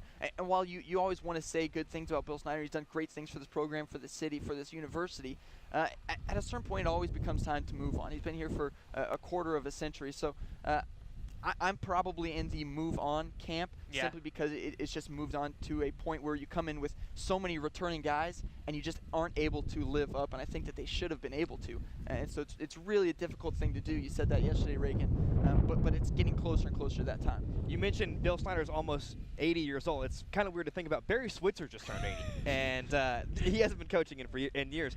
But going back to what you said, Jesse Ertz might not play, and I think a lot of Big 12 fans, OU fans know a lot about him. But Alex Delton, not many people know about him. What does he bring to the table? Mainly a running quarterback. I think in the early part of the season, you'd bring Alex Delton in obvious running situations. Of course, K-State loves that quarterback read option. How many times am I going to say that today? But Alex Delton is not as polished as a Jesse Ertz there, but where he's really not as polished as Jesse Ertz is in the passing game. I saw last week against TCU, they had a lot of set passing plays where there's one wideout. I mean, there's even an obvious pick play where they got called for an illegal block down the field before the ball was thrown. And so K-State, if Alex Delton does play, I would assume that he would, is really going to see in the passing game some very scripted stuff. And it's going to be difficult for the K-State to move the ball, I think, because it has to be so scripted in the passing game. Reagan and I's key to this game, I think we talked about it yesterday on our newscast, is getting pressure on the quarterback, whether that is Jesse Ertz or Alex Delton. Is that going to be an issue, do you think? Because you kind of talked about Kansas State's offensive line is experienced. Do you see OU being able to get into the backfield? I think they do, unfortunately, because of the way that K-State's line has played in recent weeks. Now they could surprise me and really play a lot better, but I saw Dalton Reiser's not 100%. He hasn't been for a little while. He's missed some time in the previous games. He looked sort of poor against TCU. I would hope that would improve. Hopefully he's healthy, gets another week to improve. But the offensive line has not performed up to snuff, I think, that we kind of assumed that they would. So it could be certainly a difficult day for whoever's back there for the Cats. Are there some guys that Sooner fans should watch for, some guys that on K-State's team that are kind of some playmakers that maybe a lot of people don't know about? I think if you look at the playmakers for the Wildcats, you come into the season and talk about Jesse Ertz, Alex Barnes, Byron Pringle. Those are the big three: quarterback, wideout, running back. The couple guys that you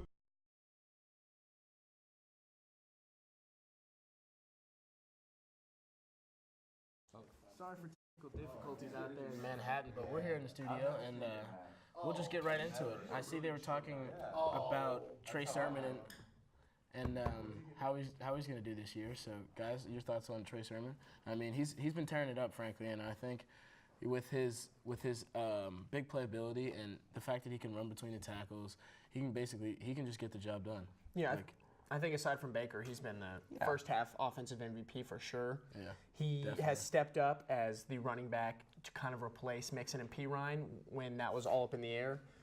Rodney Anderson and Abdul Adams, when healthy, still have the ability to make an impact on the offense, but so far it's been all Trey.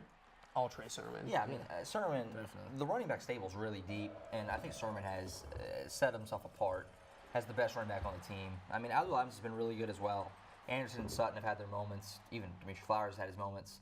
But Trey Sermon is the best guy on the team, and he's the go-to guy, and he's the guy who needs to be getting the ball in the fourth quarter. Definitely.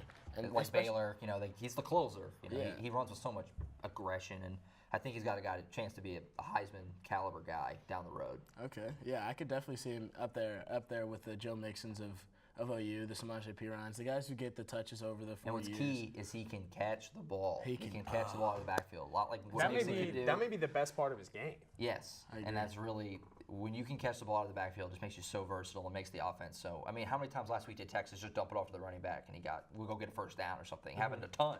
Yeah. So if Baker has that option, that's a play that OU is able to utilize, especially with Baker getting out of the pocket so much, having the running backs be able to just kind of sit back, make a couple big blocks to give Baker some more time, and then the dump off passes that gain 10 to 15 yards after the catch. Those are huge plays for our offense, and Trey Sermon so far has done that every single time we've asked him to do it. OU has. Every time. Last year, you know, we saw a bunch of guys drop off, a bunch of guys leave, go to the draft, or kind of just pursue other things, and we've needed a bunch of guys to step into new roles this year. And the first half of the season has been rough.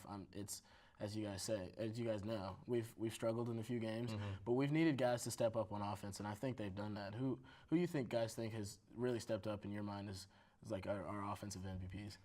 That's hard. I mean, there's a few guys. I really like CeeDee Lamb a lot. I think CeeDee Lamb has been probably the single best development of the season.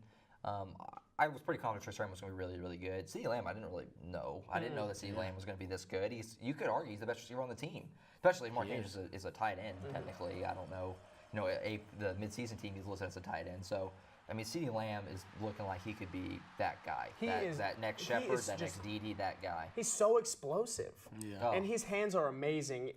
The ability for him to break away and just outrun the cornerbacks and other defenders has been like one of the more surprising parts of his game. I sort of assumed that would maybe be Marquise Brown, and he has had some big games, but the ball going downfield, I'm expecting it to be CeeDee Lamb when he catches it. Yeah, I thought, you know, the receiver stable is going to be a lot of Mark Andrews, a lot of Jeff Mead, who hasn't done anything, and a lot of Jeff Badet, and like you said, Marquise Brown, and even some Michael Jones. It's been the CeeDee Lamb and Mark Andrews show for most of the time. If CeeDee didn't get, I mean, he had that huge first half against Tulane where he got ejected for the targeting. I mean, if you give him that half, he's had just an absolutely sensational senior year. And Lincoln Riley said this week that he's going to get way better. Once he matures and stuff, he's going to be. He didn't even practice all week against Texas because he was hurt, and he still had a pretty nice game. One thing about OU's offense that I'm most impressed with is that we're naming all of these people that are there to make plays, and it's all because Baker Mayfield doesn't need somebody to catch 15 passes a game. Yeah, he doesn't. He can find receivers that are open. His ability to move around in the pocket sometimes is a little bit worrisome, but being able to find those wide receivers and pretty much anyone on the offense who's on the field has a chance to make a play. Yeah, if you want to talk MVP too, I mean, obviously Baker is the MVP, but unsung hero is Dimitri Flowers. I mean, whenever you need a big play, whether it's a catch, they do the direct snap to him against Texas, Dimitri Flowers is always just a guy you can really trust to just make a play. I'm more than confident going to Dimitri Flowers. There are only maybe a few more people in the country that are more dependable at getting 2 to 3 yards when you need it and making a huge catch. Yeah, he'll make snags. Texas Tech last year, he made a couple of nice snags in the end zone. Dimitri Flowers is a really good player. They should utilize him even more. This year they've really used him a lot more, which I love to see, and they could even use him more. I think he's a stud. He's a big utility guy. He's one of those guys that. He finds a way to get open. He's a pretty big, chunky guy, and you don't really peg read him. option plays. Yeah, you don't are really just killer. Yeah, you don't really peg him as one of the guys that's breakaway speed or that it needs something to get open. But he finds a way, and he is deceivingly fast. Yeah, he's like a hamster. He's big, bulky, but he just moves, and he's always open in the middle of the field. I think last year that was sort of Mark Andrews' role on offense was to get open in the middle of the field. But now that Mark Andrews has become more of a deep threat with OU needing that for the offense. They've just really been able to find Dimitri Flowers in the middle of the field. Can we get that nickname started? To call Dimitri Flowers the hamster. Dimitri Flowers the hamster. I'm good with that. All right, yeah. All right, we'll start it. Okay. I'll DM him and see if he likes it. I doubt it. All right, guys. Now in Texas, we really saw offense take off at the beginning of the game, but the reason we were able to stay in the game was defense for sure. Oh yeah. And they balled out. They did what they needed to do. Especially with the offense so flat in the second half. Yeah, I mean the defense got like 4 or 5 humongous stops. It was constantly where it was.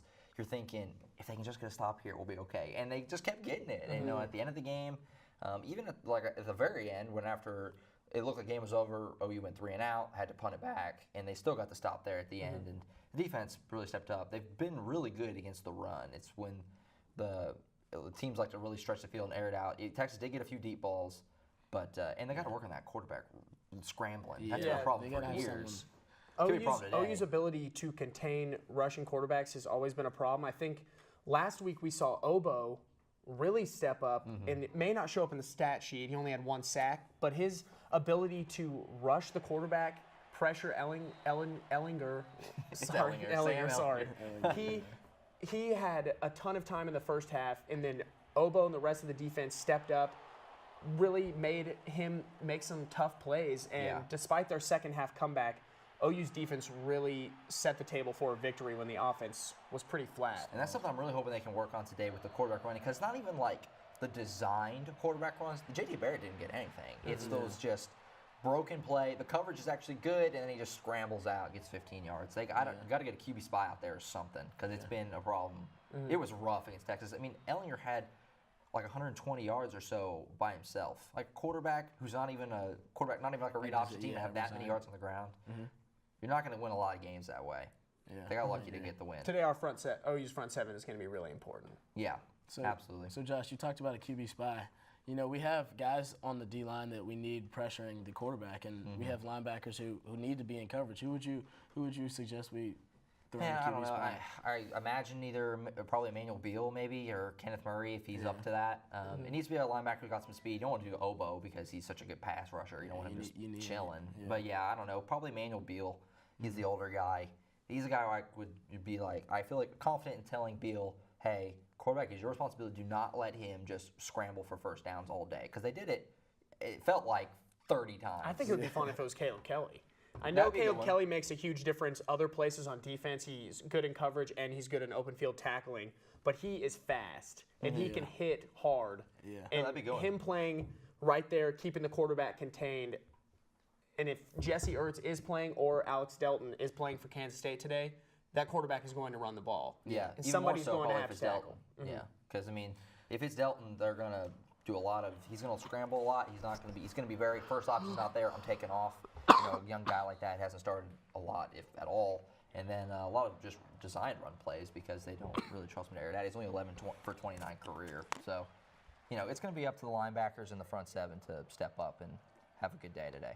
And the secondary is going to have to tackle, especially in the open field, because the running game for Kansas State is going to develop at some point. They are going to make runs that get past the front seven into the secondary, and it's important for our secondary to make big hits, to not let those plays turn into touchdowns, 40, 50-yard runs. OU needs to keep it in front of the secondary and slow Kansas State offensive down. Yeah, absolutely. The secondary tackling on the whole needs to be better. The secondary especially, even the guys who I think have played really well, like Parnell Motley, have just kind of just throw their body at guys. They need to wrap them up.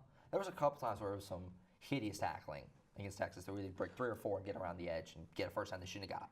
So that's going to be big. You can't do that, especially against teams like Kansas State like to run the ball a lot. I agree. They really make us pay for it in a situation if we end up not being able to wrap up well, and like you said, we just throw bodies at each other, and we don't really wrap up and gator roll. I agree. Absolutely. We talk about Obo and how well he is off the pass rush. That guy's been on another level this year, and he's really rising his draft stock. He's proven to be one of our go-to pass rushers, the guy we need in crucial third downs when they have a long third down and get some pressure on the quarterback. What do you guys think about Obo this year? I love Obo. It's all positive. Yeah, I mean, he's been the man. He gets the sacks, the big play, whether it's Baylor getting the big game-winning strip sack there. He's been just the man all year. He's the guy who I feel like whenever we really need a stop or a turnover or something, I'm always looking at Obo. I'm looking at get back there, get that sack. Because, I mean, even just one sack can absolutely just kill a drive. Yeah. I mean, all of a sudden you're looking at 1st and 10, you go to like 2nd and 20 or something. A sack is huge. That's such a huge momentum shift. And, you know, DJ Ward got in there a few times. Obo has been the defensive MVP. If we're gonna, we did offensive MVP. If you're going to do defensive MVP, it's Obo. Yeah, like I said, it may not show up on the stat sheet as much because they only write down stats and tackles for loss. But pressuring the quarterback, making the quarterback throw when the quarterback isn't ready is a huge part of the defense Elliott too. had a lot of throwaways last week. Yeah, I think that's a huge part of Obo's game is because he's so fast around the offensive tackles. If he's not sacking them, he's at least forcing the quarterbacks to make decisions quicker than they anticipated to make. And that could be one of the reasons that teams' quarterbacks are able to run a lot better against OU's defense because it's constant going after the quarterback. So if they can find a happy medium between blasting the quarterback through the line, trying to take him down, and keeping it contained, it'll be a big day for Sooners defense. Absolutely. I agree.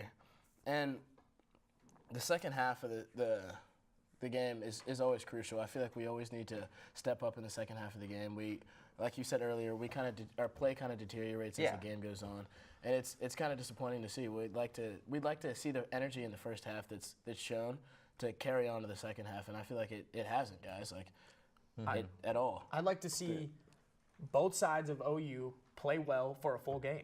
That'd be crazy. How about that? That's a concept. No, I mean, yeah. The only game where they didn't play, the only game I would say where they really played significantly better in the second half was Ohio State. Yeah. I mean, that game, ton of mistakes in the first half. Defense played well, but a ton of mistakes, and they kind of capitalized on it and played well in the second half. Every other game, second half, has been a fall off. Like I said earlier, especially for the offense. Yes, the hot starts where it just seems like, oh my gosh, it's just knife through butter. Yeah. Like it's just so they're going right down the field. I mean, both Baylor and Ohio State and Texas, after the first quarter, I don't know, first 10 minutes or so, you thought this is going to be ugly. Every single time, and every single time it was not ugly. Even one time was a loss. So they got to work on that for sure. I don't know if it's just the other team making adjustments or what the deal is. I don't even really have an answer for it because they make it look so easy those first couple drives, and then it just hit a wall. It's crazy. Yeah. I've never seen anything like it. Yeah. Those adjustments that OU hits always, I feel like always derail our game plan, and we always need to just like stay on our game plan and not kind of to adjust too much, and I feel like we always try to adjust too much in game, or OU tries to, Yeah, I don't know if it's, they get a lead and they get a little comfortable, or what the deal is. I mean, this was last season against TCU. They had a huge lead, and they kind of got more conservative, and TCU got back in that game last year. And I don't know if that's been the problem. It's been so early, you wouldn't think that would be an issue. I mean, 14-0, you shouldn't be, in the first quarter, you shouldn't be sitting on the ball, but I don't know. Yeah, and you talked about TCU last year. TCU this year is going to be a game. We still have a slate ahead of us. Oh, absolutely. A huge slate. Yeah, and these next games could boost us into boost OU into the national championship if need be. And definitely these games are coming up are crucial. Yeah, there's no denying that the TCU, the OSU game, the West Virginia game, in OU. Tons of huge ones. Yeah, I mean, those games are not only important for the rest of the nation to see OU play, to see how they're playing, but those games are big for OU. Those games are big for OU confidence-wise. They're games that the whole nation will see OU play, and they'll be able to make a huge statement in some of those games, especially if they're wins, big wins. TCU is going to be a higher-ranked team than OU when we play them. Most likely, unless TCU stumbles before then. I mean, that Ohio State win bought this team a mulligan as far as making the college football playoff. They just burned it in a really bad spot at home against Iowa State. But there's so many big games left on the schedule that this team, it's all out in front of them. They still control their own destiny completely. The only way I thought maybe they wouldn't is if the Pac-12 champ was undefeated. Well, that's already out the window. Washington State both lost last week. So, they have so many big games left. Like you mentioned, Bedlam today is a big one, I would say. Texas Tech comes in here. TCU comes in here. West Virginia. I mean, there's tons, and there's tons of time. And, if they play well, they take care of their business, they'll be okay. They'll be there at the end. I agree. It's hard to argue with them against any other team with their resume and an Ohio State win. That's the big thing, is how well they played in Columbus. That Ohio State win definitely helps. Especially if Ohio State continues to play well and they win the Big Ten, say, and that's going to just make that win look even better. Okay, yeah, I agree. And I feel like when TCU, big game, Texas Tech at home, night game, I'm excited for that game. That game's going to be, a game that OU needs to win, of course, as the rest of the season goes. Yeah. Not the usual. Even from the Big 12, because, I mean, that Iowa State loss was a Big 12 game, so they're kind of in a little bit of a tough spot there. They need to keep winning to be in the Big 12 title game at the end. Okay, yeah, definitely. We're gonna go to break, but when we come back, we'll be talking about the call-outs, the final score, and the final word, stuff we do every week. We'll see you when you get back.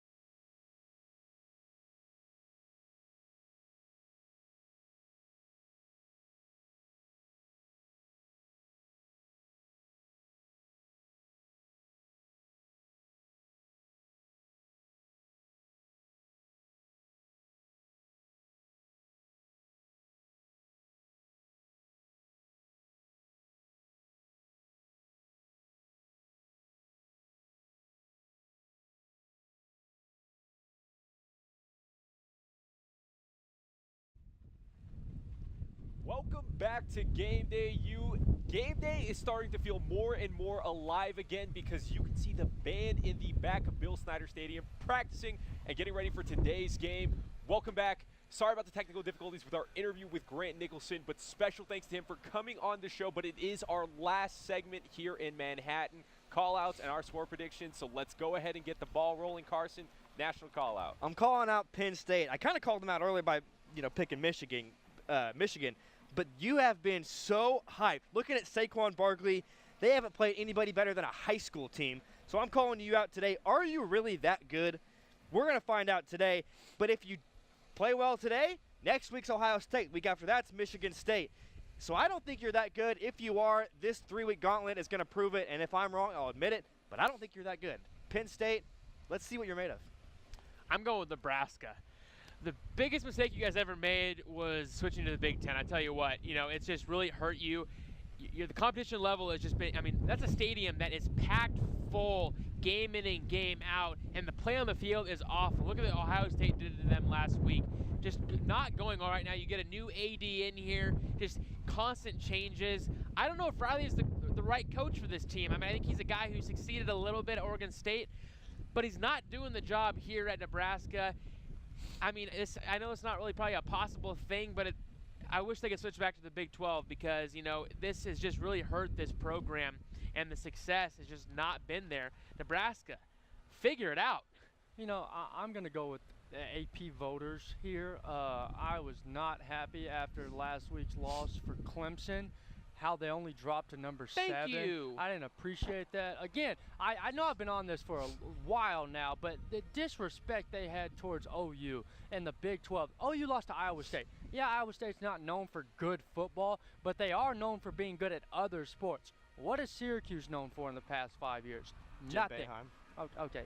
Yeah, basketball? Nothing, pretty much. They haven't been good at basketball like Iowa State consistently. So many wins vacated. They went to the Final Four a couple years ago. Yeah, a couple years ago. I'm talking about overall. Syracuse isn't that good, and the fact that they controlled the entire game against Clemson is pathetic. And the fact that they only dropped to number 7, I disagree with completely. AP voters, get your stuff together, because that was just horrendous that you only put Clemson at number 7. Hey, speaking of problems with athletic programs, not just in football, but all around, let's go with Louisville. All right, I don't think I need to very much elaborate with what's going on right now with the FBI case around Louisville. That's a problem, but more so last week losing to Boston College. That is pathetic. We were having a segment about who is the worst conference, and that is one of the reasons why I am not very high on the ACC or Syracuse, because in retrospect, that win against Louisville doesn't really matter for them, in all honesty.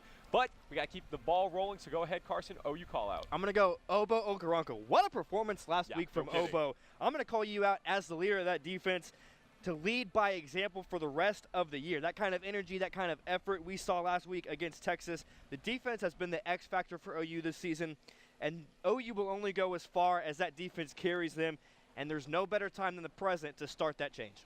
I'm calling out you, Baker Mayfield. This may be a shocker to a lot of people why I'm calling Baker Mayfield out, but I think he has kind of taken his O-line for granted, arguably the best O-line of all of college football. It's given him almost too much time to pass the ball, and it has led to him to holding onto it too long and running around, and it's really hurt him. He has not had the typical Baker Mayfield passing games in recent weeks.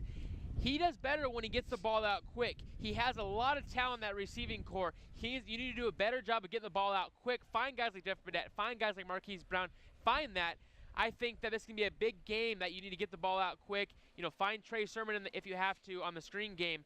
But you have a great O-line. Utilize that, but don't take advantage of it. And I'm going to go with the front 7 that Obo plays for. And the front 7, you've played well all season. You've looked good. You've gotten pressure on quarterbacks. You stopped the run game. You've done a really good job overall. The linebacking core has been consistent all season. Kenneth Murray, Emmanuel Bill leads the team in tackles. Obo's played well.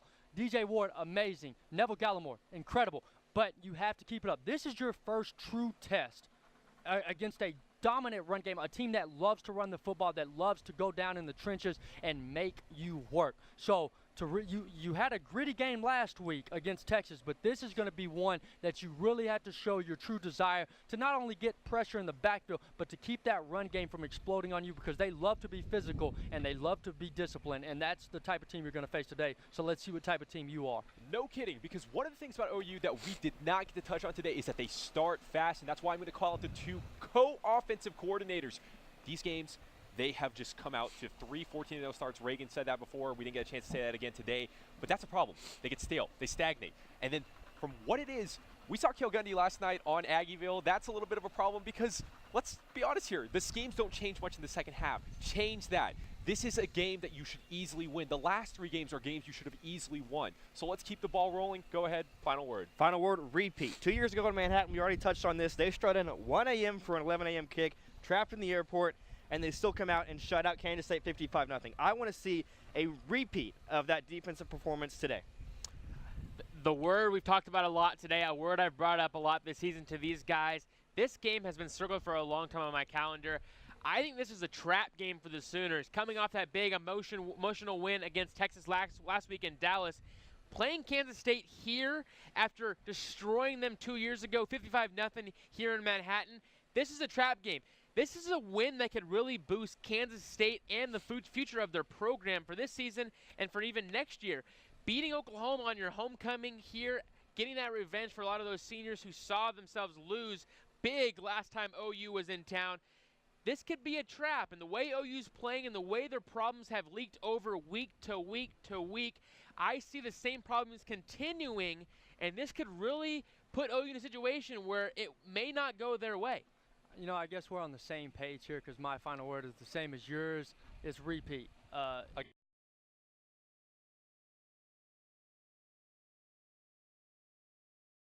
We're sorry for having technical difficulties out there in Manhattan, but we'll pick up right here where we left off. Josh, start us off with the your national call-out. Alrighty, my national call-out, Texas. I'm a little nervous calling out Texas because Reagan called him out, and he's not had a good track record with upsets. But I think Texas is going to beat Oklahoma State today. This is their time. I mean, Tom Herman has got Texas moving in the right direction.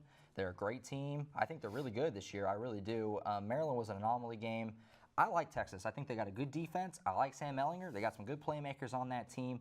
This is a big moment. You have OSU coming into your stadium. It is go time right now for Texas. This is a huge game. I think Texas wins today, and I'm calling them out to do it. And this could be the start of Texas really getting back to being Texas, hopefully. Yeah, I think I'm going to go for my national call-out with the Miami Hurricanes today taking on Syracuse. Miami has not looked very good the last couple wins. They barely beat Florida State. They barely beat Georgia Tech.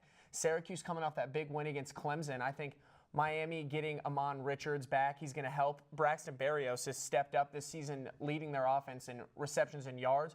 But that offense has looked pretty stagnant. Miami, you need to go out and you need to destroy Syracuse today and really show that the U is back. I like that. I like that. And the confidence. The confidence, the U is seriously. back. And my national call-out goes exactly opposite of what he was just talking about. Eric Dungy, you're the quarterback at Syracuse. You had a big win against Clemson. You threw 270 yards, 3 touchdowns. You really stuck it to Clemson, and now you face Miami. They're a decreasing team, I believe, that is on the downhill, and I'm excited to see you play. Ball out tonight. There's going to be some competition right here. Yeah. It could be, one of you guys is going to look great. The other one's going to look kind of silly. Yeah, I'm hoping it's not me. You call out? I'm calling out Austin Seibert. Seibert has been, he's caught a lot of heat this year, and he did last year too. I think it's a bad rap. He's a better player than people say. He's a great punter. He kicks it out the back of the end zone every time on kickoffs. He's 5 of 7 on field goals this year, and one of them wasn't even his fault. It was a terrible snap. He went 3 for 3 against Texas. This is going to be kind of not low scoring for Big 12 standards. I think it's going to be like 30s or 20s. It's going to come down to probably some field goals, and I really hope Seibert has a good day, and I think he does. I think Seibert's a better kicker than he gets made out to be, and I think he has a good day today. 2 or 3 more field goals just like Texas. Yeah, he had a huge game last week, so. Yeah, and the punts. I think we've seen him play well, and I think he'll keep it up. He came up huge on some key punts, too, when they were backed up in the end zone, booted it like inside Texas' 30. Mm-hmm. He's a good kicker, punter. He's good. All right, for my OU call, I'm going to go with Heisman frontrunner Baker Mayfield. I know that Baker is the best player on this team, and he's shown it this season. I just want to see Baker play well for a full game this week against Kansas State, against Baylor, against Texas. The offense led by him was pretty stagnant, and they had to make the defense play better to take back OU's chances to win those games. And today against Kansas State, Baker Mayfield's going to have to ball out. Kansas State's going to move the ball. They're going to slow it down, so OU's probably going to have less reps on offense, but Baker's Heisman race has to keep building up with a win today. I agree. And my OU call out is Trey Sermon. Trey Sermon, I think you've established yourself as our premier running back. You've averaged 111 yards in the last 3 games. You've really taken off, and I want to see you take off. I want to see you get 150 yards on the ground, 2 touchdowns, and a few receptions. I'm looking for a big game today for sure. And guys, once you get back, we'll have our final word, our final score, and all that good stuff when we get back. Stay tuned.